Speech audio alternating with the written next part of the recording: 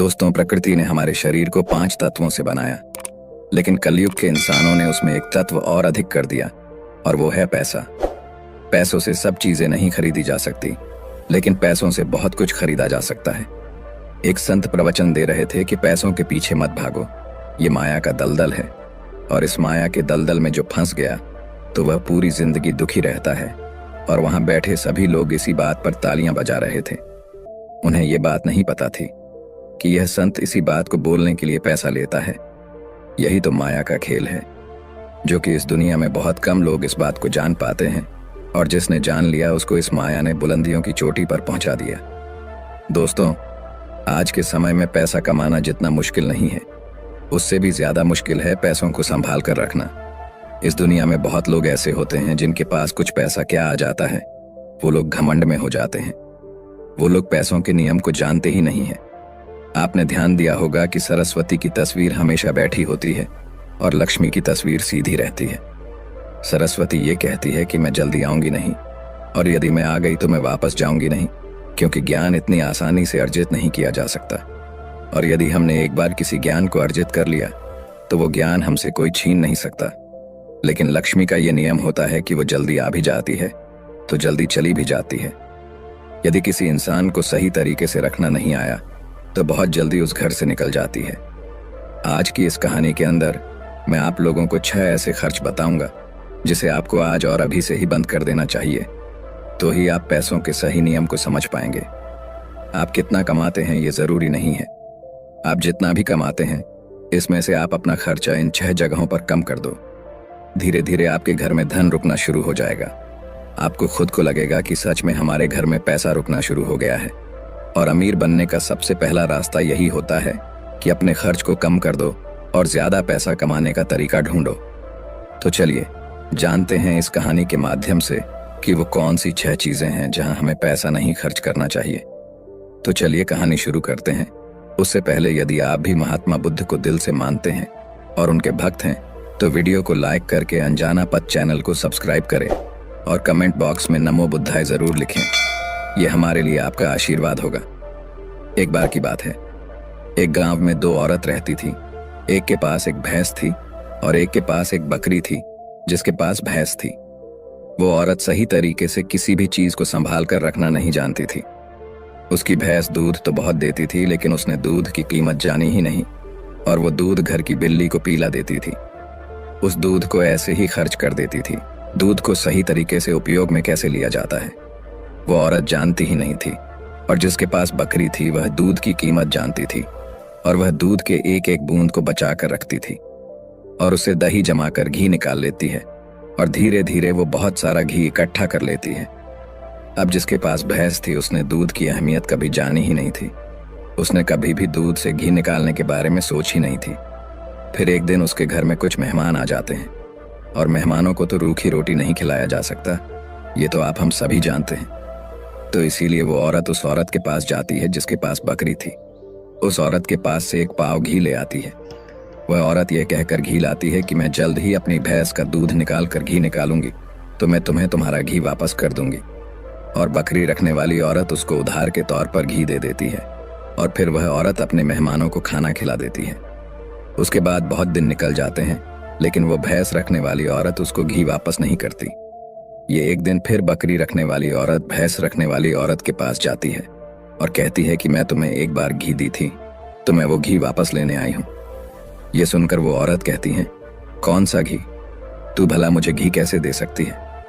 मेरे पास तो भैंस है और तेरे पास तो बकरी है, और मैं भला तुझसे घी उधार क्यों मांगूंगी? मेरे पास तो इतनी अच्छी भैंस है और उसका तो बहुत ज्यादा दूध होता है। मैं तो खुद उससे घी निकाल लूंगी, मैं भला तुझसे घी क्यों उधार लूंगी? यह कहकर वो देने से मना कर देती है। और फिर बकरी रखने वाली औरत वापस आ जाती है, क्योंकि उसको यह पता था कि कोई भी अब मेरी बात पर विश्वास नहीं करेगा, क्योंकि उसके पास तो भैंस है। लेकिन फिर भी उसने कई लोगों से बोली, पर इस बात को कोई मानने को तैयार ही नहीं था। सबका जवाब एक सा था कि भला भैंस रखने वाला इंसान बकरी रखने वाले से घी उधार क्यों लेगा। ये बात कोई भी मानने को तैयार नहीं था। उसी गांव के बाहर एक गुरु रहते थे, और फिर वो बकरी रखने वाली औरत उस गुरु के पास जाती है और उन्हें अपनी सारी समस्याएं बताती है। उसके बाद उस गुरु ने भैंस रखने वाली औरत को बुलवाते हैं और फिर वो औरत भी उस गुरु के पास पहुंच जाती है और वह भी अपनी बात बताते हुए कहती हैं कि गुरुदेव ये झूठ बोल रही है, मेरे पास तो भैंस है और भला मैं इससे घी क्यों लूंगी। अब उस गुरु को इसका फैसला करना था कि क्या सच में भैंस रखने वाली औरत बकरी रखने वाली औरत से घी उधार ली है या नहीं, क्योंकि बकरी का दूध तो बहुत कम होता है और भैंस का तो बहुत ज्यादा होता है। तो क्या जरूरत हो गई कि एक भैंस वाली को बकरी वाली से घी उधार लेना हुआ। अब गुरु बहुत देर सोचते हैं और उसके बाद दोनों औरतों को अपने पास बुलाकर एक एक लोटा पानी देते हुए कहते हैं कि ये पानी लेकर जाओ और दोनों ही अच्छे से हाथ पैर धोकर आओ। अब एक लोटा पानी देखकर भैंस रखने वाली औरत कहती है कि गुरुदेव सिर्फ एक लोटा पानी से हाथ पैर कैसे धो पाऊंगी। लेकिन बकरी रखने वाली औरत उस लोटे को लेकर चली जाती है और वो अच्छे से अपने हाथ पैर धोती है और उसके बाद भी वह लोटे के अंदर कुछ पानी बचा भी लाती है और वापस गुरु के पास आ जाती है। लेकिन वो भैंस रखने वाली औरत लोटा लेकर जाती है और उसने तो सिर्फ अपना हाथ धोया और उस लोटे को खाली करके वापस ले आती है। जैसे ही वापस लाकर दोनों लोटा रखा जाता है तभी वो गुरु कहते हैं कि भैंस रखने वाली औरत ने बकरी रखने वाली औरत से घी ली थी और उसे घी वापस करना चाहिए। अब जो गांव के लोग पास में बैठे थे उन्होंने कहा, गुरुदेव इससे कैसे साबित हो सकता है कि भैंस रखने वाली औरत ने बकरी रखने वाली औरत से घी उधार ली है। उसके बाद वो गुरु कहते हैं कि जरा इन लोटों पर ध्यान दो। इस औरत ने लोटे में इतना पानी बचा भी ली और हाथ पैर मुंह सब धो भी ली। ये होती है किसी भी चीज की अहमियत को समझना। और दूसरी औरत ने सिर्फ मुंह धुल कर ही लोटे का सारा पानी खत्म कर दी, क्योंकि उसको इस पानी की कीमत नहीं पता थी और जिस चीज की हमको कोई कदर नहीं होती वो भले ही हमारे पास कितने भी हो वो नष्ट हो ही जाती है, वो खत्म हो ही जाती है। और यदि हमारे पास कोई भी चीज कम है और यदि हम उसको सही तरीके से इस्तेमाल में लेते हैं और उसकी कीमत को जानते हैं तो जरूर उससे हम फायदा ले सकते हैं। जैसे कि बकरी रखने वाली औरत ने दूध बचाकर उससे मक्खन निकाली और उससे घी बनाई और भैंस रखने वाली औरत को दूध की कदर नहीं थी, इसीलिए इतना दूध होने के बावजूद भी उसके घर में मेहमानों के लिए घी नहीं था। यह बात सत्य है। उसके बाद भैंस रखने वाली औरत उस गुरु के चरणों में गिर जाती है और कहती है, महाराज मुझे क्षमा कर दीजिए, मैं अभी घर जाकर उसको एक वापस दे दूंगी। उसके बाद वो गुरु कहते हैं कि बूंद बूंद से सागर भरता है। हमारे पूर्वजों ने यह कहावत यूं ही नहीं बनाई। हमारी छोटी छोटी बचत हमारे भविष्य में एक महत्वपूर्ण लाभ बनकर हमें मिलती है और ये बात बहुत ही कम लोग जान पाते हैं। और यही बात हमारे घर में लक्ष्मी पर लागू होती है। यदि हम लक्ष्मी को बचाएंगे तो वहीं लक्ष्मी हमें भविष्य में अधिक लाभ बनकर मिलेगी। तो दोस्तों की कहानी तो आपको समझ में आ गई होगी। तो आइए अब जानते हैं वह 6 खर्चों के बारे में जो हमें आज से ही बंद कर देना चाहिए। सबसे पहला खर्च है दिखावे का खर्च। आपके अगल बगल में किसी ने महंगी कार ले ली तो अब आपके मन में जलन होने लगती है कि मुझे भी जल्द ही कार लेनी है, और यही दिखावे का खर्च आपको पूरी उम्र गरीब बनाकर रखता है। दोस्तों, हम में से ऐसे बहुत से लोग होते हैं जो सिर्फ दिखावे के चक्कर में ही बहुत सारा ऐसा सामान उठा लाते हैं जैसे कि दूसरों के सामने अपना रुतबा अधिक हो सके। कार ले लेना, महंगे जेवर ले लेना, महंगे मोबाइल ले लेना या फिर ऐसी कोई महंगी चीज खरीद लेना जिसकी हमें हमारी जिंदगी में कोई जरूरत भी नहीं होती। और जब उन्हें कोई समझाता है तो कहते हैं हम किसी से कम है क्या। वो लोग ये नहीं समझते हैं कि इससे हमारा सिर्फ नुकसान होता है, ना कि कुछ फायदा। यदि आपको सच में अमीरी के रास्ते पर चलना है तो ये सारे खर्चे सबसे पहले आपको बंद करना होगा और वही पैसा कहीं इन्वेस्ट करना सीखना होगा। मैं ये नहीं कहता कि आप अपने शौक पूरे ना करें। मेरे कहने का मतलब ये है जिस चीज की आपको जरूरत है बस आप वही लो।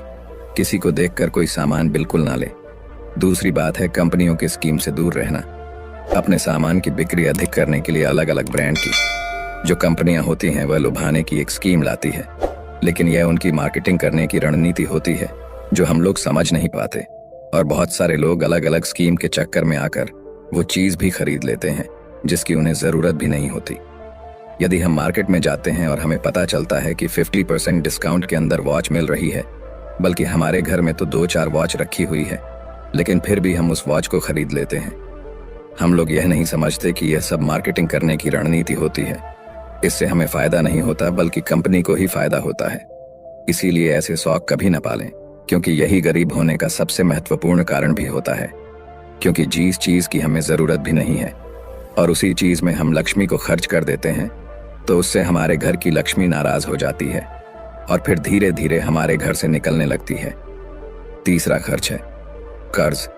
आज के समय में ज्यादातर लोग कर्ज लेकर महंगी महंगी चीजें खरीद लेते हैं, जैसे कि कार, बंगला, मोबाइल, और फिर उसका पैसा भरते रहते हैं। जैसे कि आजकल हम लोग क्रेडिट कार्ड का इस्तेमाल करते हैं। क्रेडिट कार्ड हमें पैसे खर्च करने के लिए कहता है। जो पैसा हमारे पास है या फिर जो पैसा हमारे पास आने वाले हैं और उस पैसे को हम खर्च कर देते हैं, तो जरा सोचिए कि हम अमीर कैसे बन पाएंगे। जो पैसा हमारे पास आया ही नहीं, उस पैसे को भी हम खर्च कर देते हैं और हम अमीर बनने के बारे में सोचते हैं, अमीर बनने की वीडियो देखते हैं, लेकिन उन बातों का पालन नहीं करते। और बहुत लोग तो ऐसे भी होते हैं जो लोन लेकर जमीन खरीद लेते हैं और ये सोचते हैं कि जब हमें इसमें फायदा होगा तो हम लोन वापस कर देंगे। लेकिन वो लोग ये नहीं समझते कि जितना हमें इसमें फायदा होगा उससे ज्यादा हमें लोन का ब्याज भरना होगा। तो दोस्तों, ऐसा काम कभी ना करें। कर्ज लेकर कोई भी चीज ना खरीदे। चौथी और सबसे अच्छी बात यह है कि आप अपने पैसों को कैश में रखकर ही खर्च करें। कभी भी मोबाइल फोन के किसी भी ऐप का उपयोग करके पैसा खर्च ना करें। आपको शायद पता नहीं होगा कि आप कोई भी सामान खरीदते हो और फिर फोन से पेमेंट करते हो, तो आपको आपके पैसा खर्च होने का ज्यादा तकलीफ नहीं होता, क्योंकि वो पैसा आपके जेब से नहीं जा रहा। लेकिन वहीं पर यदि आप अपने जेब से पैसा निकाल कर खर्च करते हैं, तो आपको महसूस तो होगा कि यार पैसा खर्च हो रहा है। अगर आपको यकीन ना हो तो आप ऐसा करके देख लेना। मार्केट जाना और फिर किसी भी सामान का पैसा अपने फोन से पे करना, जिससे आपको ज्यादा महसूस नहीं होगा कि आपका पैसा खर्च हो रहा है। लेकिन जिस दिन आप अपने जेब से पैसा निकाल कर दोगे, तो उस दिन आपको जरूर लगेगा कि यार पैसा जेब से जा रहा है, मेरा पैसा खर्च हो रहा है, ज्यादा पैसा खर्च हो रहा है। पांचवी बात आपको ध्यान रखनी है, अपनी भावनाओं पर काबू रखना है। अगर आपको कोई चीज पसंद आ रही है और आप उसे खरीदना चाहते हैं, तो सबसे पहले यह देख लें कि वाकई क्या इस चीज की आपको जरूरत है, क्योंकि बहुत से लोग कोई चीज पसंद आने पर उसे तुरंत खरीद लेते हैं। कई बार तो ऐसा भी होता है कि कोई स्कीम वाले आते हैं जो हमें लुभाने वाली चीजें लेकर आते हैं और हमें वो चीज पसंद आ जाती है और हम उसे तुरंत खरीद लेते हैं। तो हमें ऐसी चीजों को लेने से बचना चाहिए। हमें ऐसी चीज नहीं लेनी चाहिए, बल्कि हमें सिर्फ ऐसी ही चीज लेनी चाहिए जिसकी हमें जरूरत हो। छठी और आखिरी बात यह है कि कभी भी कोई भी शौक न पालें। आपको शायद इस बात का पता होगा कि हमारी दुनिया में महंगाई का सबसे महत्वपूर्ण कारण शौक है। आज के समय में नॉर्मल 10,000 का फोन आ रहा है और वहीं पर 2 लाख का भी फोन आ रहा है। दोनों में फर्क इतना है, किसी को 10,000 का फोन रखने का शौक है तो किसी को 2 लाख का रखने का शौक है। हाँ, यहाँ पर आदमी की अमीरी भी दर्शाती है, क्योंकि अमीर आदमी महंगा फोन रखेगा तो लगेगा कि वो अमीर है, तो ये शौक ही तो हुआ। शौक है तभी तो उसने महंगा फोन रखा। इसीलिए महंगाई का कारण है शौक, और किसी भी चीज की महंगाई नहीं है। और इसीलिए लोग समय समय पर शौक वाली चीजें बनाते रहते हैं। अच्छी अच्छी चीज बनाकर हमें लुभाने के लिए लेकर आते रहते हैं, ताकि हमें वो चीज पसंद आ जाए और हम उसे तुरंत खरीद लें, क्योंकि उन्हें पता है कि ना लोगों का शौक खत्म होगा और ना ही उनका मार्केटिंग बंद होगा। तो इसीलिए अपने शौक पर काबू करें। जितना हो सके कम शौक करें, क्योंकि शौक करने से हमारी जिंदगी नहीं चलेगी, बल्कि मेहनत करने से और पैसे को अपने पास सेव करने से जिंदगी चलेगी। क्योंकि आज के समय में पैसा ही सब कुछ है। भले ही आज के समय में हमसे कितने भी लोग ये बात कहते हैं कि पैसा ही सब कुछ नहीं होता, लेकिन यदि उनकी जिंदगी में सही तरीके से ध्यान रख कर देखा जाए तो उनके लिए पैसा ही सब कुछ होता है। वो पैसों के लिए ही इधर उधर भाग रहे हैं और हमें कहते हैं पैसों के पीछे मत भागो। तो दोस्तों, इस वीडियो में कुछ फिजूल खर्च बताने की कोशिश की है हमने, ताकि उन खर्चों को आपको कंट्रोल में करना चाहिए, ताकि आपके पास पैसा बचे और ज़रूरत के समय वो पैसा आपके काम आ सके। और वो पैसा जब ज़रूरत के समय हमारे काम आता है तो हमारे दिल को जो शांति मिलती है वो सच में बहुत ही अद्भुत शांति होती है। तो दोस्तों, ये कहानी आप लोगों को कैसी लगी कमेंट करके ज़रूर बताना।